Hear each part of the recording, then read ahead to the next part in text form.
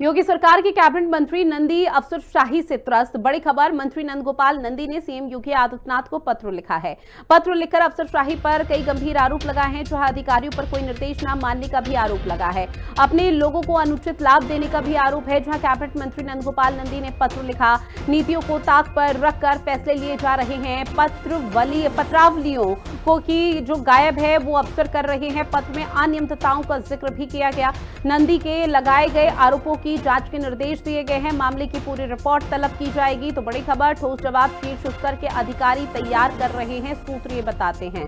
बड़ी खबर आपकी टीवी स्क्रीन के माध्यम से आप तक साझा कर रहे हैं, जहां आपको बता दें कि योगी सरकार को एक पत्र लिखा गया है नंदगोपाल नंदी की तरफ से, जहां कैबिनेट मंत्री हैं और कैबिनेट मंत्री की तरफ से जो ये पत्र लिखा गया है उसमें कई बातों का जिक्र किया गया। विक्रम मेरे सहयोगी हमारे साथ जुड़े हुए हैं। विक्रम, पूरे मामले पर क्या अपडेट है?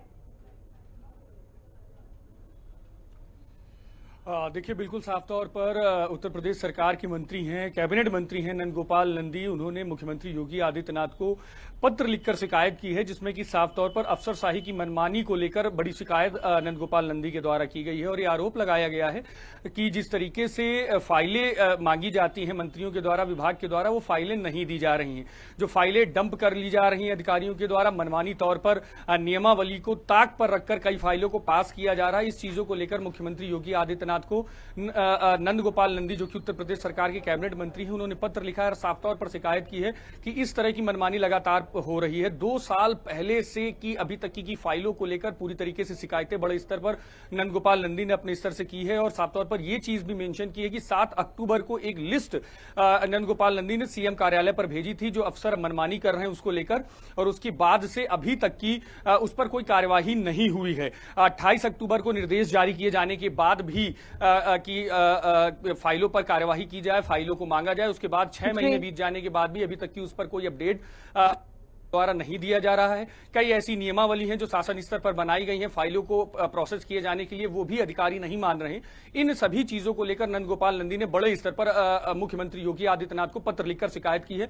माना जा रहा है इसके बाद अधिकारियों का एक पैनल बनाकर इसकी जांच कराई जा सकती है, लेकिन हाल फिलहाल अभी इस पर कोई निर्देश सीएम आवास से या सीएम कार्यालय से नहीं जारी हुआ है। लेकिन एक बड़ा आरोप अधिकारियों के ऊपर जरूर नंदगोपाल नंदी ने लगाया है। बिल्कुल, देखिए, जब सीएम योगी आदित्यनाथ संज्ञान लेंगे तो निश्चित तौर पर योगी आदित्यनाथ की तरफ से पल पल ये मैसेज दिया है कि जो भी अफसर है, अगर वो किसी तरह की लापरवाही करता है या फिर किसी तरह का कोई भी अनियमितता पाई जाती है किसी विभाग में, तो उनको बख्शा नहीं जाएगा। तो ये मानकर चला जा सकता है कि सीएम योगी आदित्यनाथ जैसे ही संज्ञान लेंगे तो कोई बड़ा एक्शन जरूर होगा पूरे मामले पर।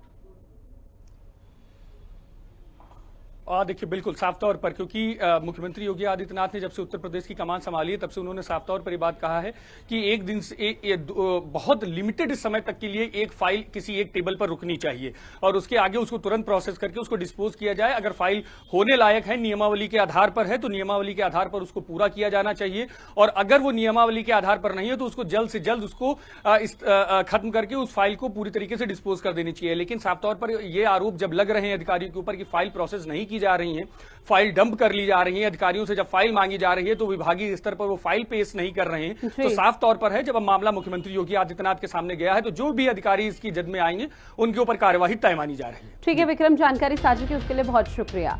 बात अगली खबर की करेंगे, जहां 11 जुलाई से कांवड़ यात्रा की शुरुआत होने जा रही है, लेकिन कांवड़ यात्रा मार्ग पर होटल ढाबों पर लगने वाली नेम प्लेट विवाद को लेकर सियासत जारी है। हिंदी खबर से बातचीत में बीजेपी के सांसद अतुल गर्ग ने कहा कि हिंदू हो या फिर मुसलमान, नेम प्लेट लगाना जरूरी है। कांवड़ियों की सुरक्षा के लिए, पवित्रता के लिए क्या कुछ खास तैयारियां की जा रही हैं, उस पर ज्यादा बातचीत करने के लिए गाजियाबाद से बीजेपी सांसद अतुल गर्ग हमारे साथ मौजूद हैं। सर, हिंदी खबर पर आपका बहुत बहुत स्वागत है। यूपी सरकार बहुत ज्यादा संजीदा जो है इस वक्त कांवड़ियों को लेकर के, उनकी सुरक्षा, पवित्रता को लेकर के है। ये आप जहां से सांसद हैं गाजियाबाद से, ये रूट कांवड़ियों के लिए सबसे ज्यादा इस्तेमाल किया जाता है, तो क्या तैयारियां यहाँ पर है? देखिए, प्रशासन इसको बहुत संवेदनशीलता के साथ लेता है और पिछले कई सालों से आप देखेंगे कि यहाँ पर एक भगवा रंग का सैलाब आता है। ठीक है, ऐसा लगता है कि गंगा जी भगवा रंग में परिवर्तित होकर के और सड़कों और गलियों में प्रवाहित हो गई हों और लोग बड़े मस्त, और हजारों लोग अपनी श्रद्धा के मुताबिक यहाँ भोजन कराते हैं। कोई आदमी उनकी पैरों की मालिश करता है, उनके घाव धोते हैं। तो ये एक पूरी दुनिया के अंदर जिसे कहना है भक्ति का और भावनाओं का और ममता का एक अनोखा संगम है।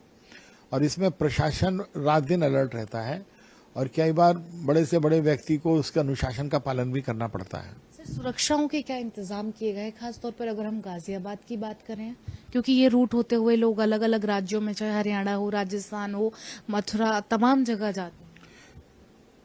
ये जो सुरक्षा की दृष्टि से कोई भी ऐसी सड़क गली नहीं है कि जिस पर कांवड़ियों को मिक्स ट्रैवल करना पड़ता हो, मिक्स यात्रा करनी पड़ती हो। उनके लिए हमेशा प्रशासन एक अलग से व्यवस्था करता है, उनकी सुरक्षा की भी और उनकी भावनात्मक देखभाल की भी। सर, एक चीज जो पिछली बार भी काफी ज्यादा गरमाई थी कि नेम प्लेट विवाद यूपी में, खासतौर पर कावड़ ये जो है जहां पर भी खाना खाते हैं जिस भी रेस्टोरेंट में, वहां उनको शुद्ध खाना मिले। खासतौर पर ऐसा ना हो कि दुकान राम के नाम से है और खाना जो है वो रहीम परोसरा हो। बकायदा दुकानों पर नाम लिखे जाएं, मांस मीट की दुकानें ना खुलें। इसको लेकर के क्या तैयारियां हैं?